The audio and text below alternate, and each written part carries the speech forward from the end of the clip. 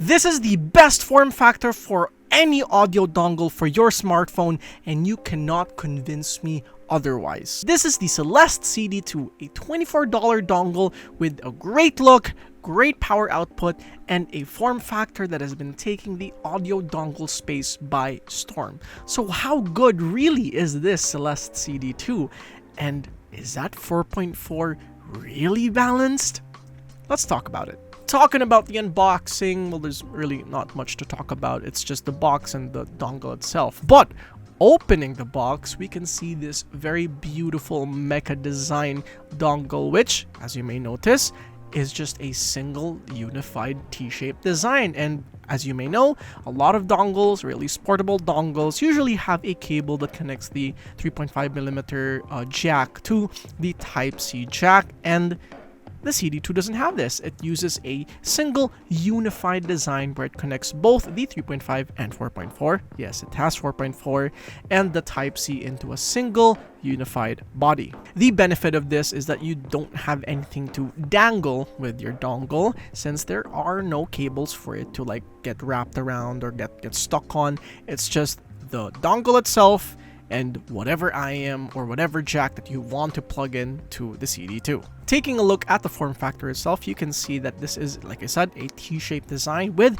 the 4.4 jack on the right and the 3.5mm jack on the bottom left. And if you are using this in the right way, or at least with the case or with the logo facing in front, then that's the formatting, but you can flip it around if you find that the jack for the 4.4 is a bit too intrusive, which I usually found since I am a right-handed person, and I end up switching it around, and it's just convenient that way. I don't really have to think about it too much. Sadly, there are no controls on the CD2, so you will have to use your smartphone or your DAP's controls, and not much here, so you don't really get much of controls whatsoever on the dongle itself. Thankfully, the build itself is really good. This is a full zinc alloy shell that is not a painted shell. Fun fact, it is an, I believe, anodized, I think that's the right term, anodized brushing or coating, and it is just absolutely premium feeling, very beefy, very nice to touch,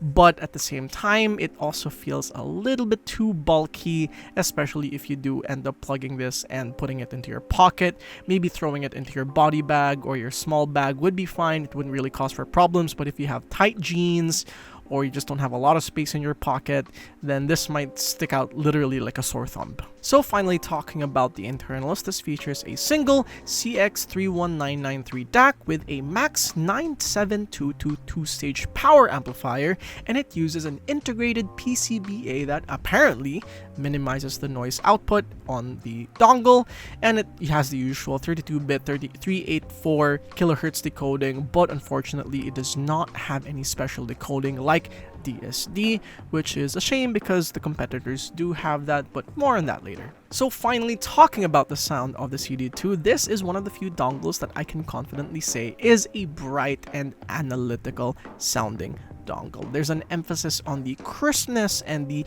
clarity over musicality and the body, and it's perfect to pair with IMs that are a bit warmer or just wants a more tighter, more close-knit presentation, especially in the low end. And it does have the tendency to emphasize the treble and cause a bit of sibilance, so it's not really not nice to pair with brighter IMs unless you're into that kind of things. And I would say that just like a lot of CX31993 DACs, it is just really good when it comes to presenting details, and it's probably one of the best implementations in my opinion, with one very slight caveat. We'll talk more about that in a bit. But first, let's talk about the power output. Now, the power output of the Celest CD-2 is 140 milliwatts at 16 ohms and 60 milliwatts at 32 ohms. And as you may notice, I'm not mentioning if it's 3.5 or 4.4. And that is because it's the same output. Yes, I tried to plug this on an IM with a modular cable and found that it was basically the same. Yeah, plugging 3.5mm jack on something like the KZ-PR3, which is the IM that I chose to plug into the CD2, and the 4.4 led to virtually the same sound, the same volume, basically the same everything, which means the 4.4mm jack of the CD2 isn't balanced and more an adapter. And some people might find that a problem, but personally I don't. I kind of don't. For $24, having a 4.4 on the go on something this portable is just honestly just really practical. Like, I don't have to bring in like extra modular cables, I don't have to bring in extra modular jacks. I just need to bring this tiny dongle, bring a whatever IM that I need, as long as it's not 2.5mm, and I never have to worry about feeling like I completely messed up and just forgot to bring the right jack. So yeah. One problem that I do have with the CD2 is, unfortunately, it still has a bit of noise floor. Not all IMs, thankfully.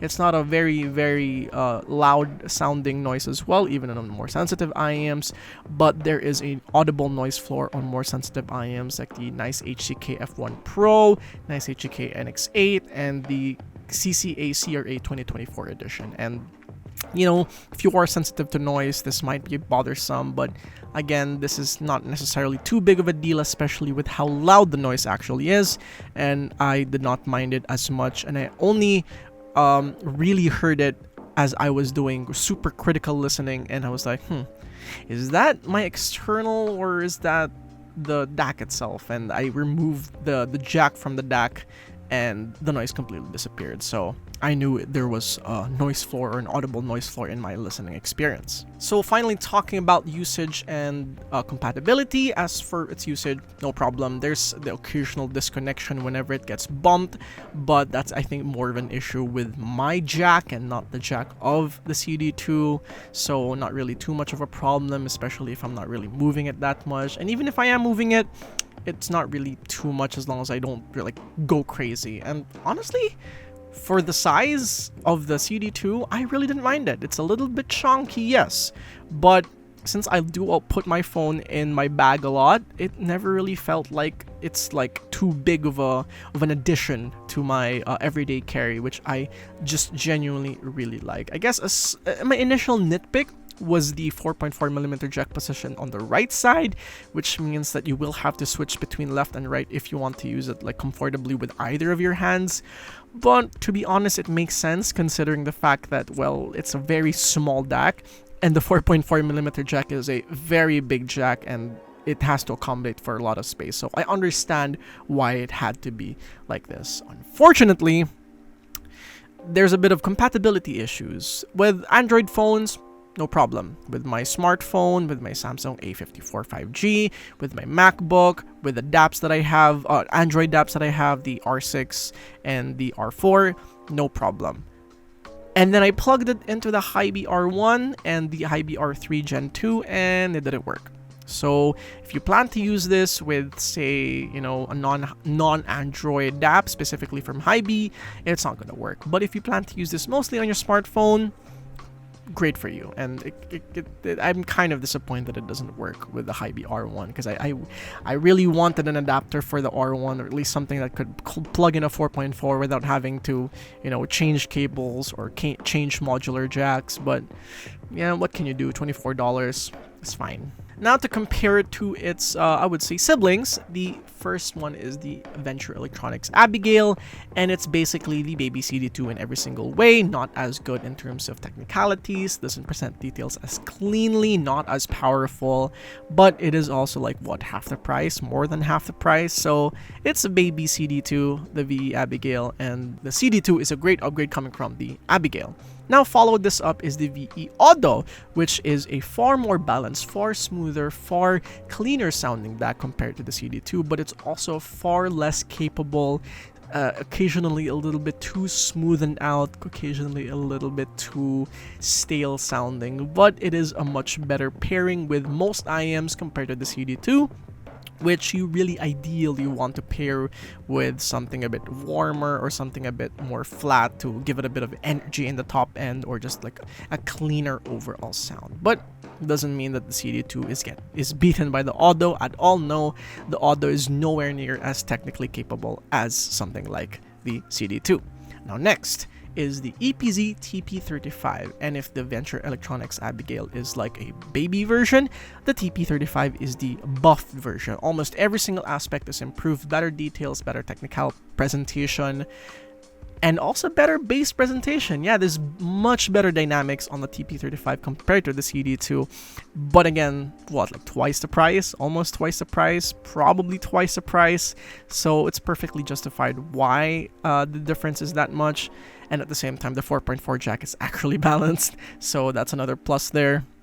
But again, form factor difference and like price difference, so perfectly justified, but a pretty solid upgrade path. But if you really want the pinnacle of the CD2 sound, you get the Heidi's XO, because the XO is everything that I mentioned about the TP35, but far closer to the CD2's presentation of just raw details and treble and technicalities, while keeping a decent level of dynamics, but not as emphasized as something like the TP35. It is just genuinely probably the best upgrade path if you're coming from the CD2, or if you want to downgrade from something like the XO and want something more portable, or, and this is the biggest or, has a 4.4 jack. Again, XO actually has a balanced output, but the CD2 has the far better, far more durable 4.4mm jack. So finally, to conclude, the CD2 is a perfect dongle for people who are more budget conscious and who just wants a portable and surprisingly powerful and a practical 4.4mm dongle. Again, it doesn't have DSD, it doesn't have controls, and it doesn't have true balance. But honestly, if you really just want to get something that's specifically to use with your phone, and you just want something that you can plug in like either a 3.5mm headphones or 4.4mm headphones, and you're not running like massive planar magnetic IMs, or sorry, not IMs get fine because I tried this with something like the PR3, but headphones, then this is a really good dongle for you if you want something like that. So that's my review on the Celest CD2. I love this dongle so much, and I highly recommend it. So, thank you so much for watching. If you like my content, consider giving me a like. If you want to see more of my content, consider subscribing. Check out the Discord, check out Audio Notions, check out my socials. And with that, Obie Audio, out.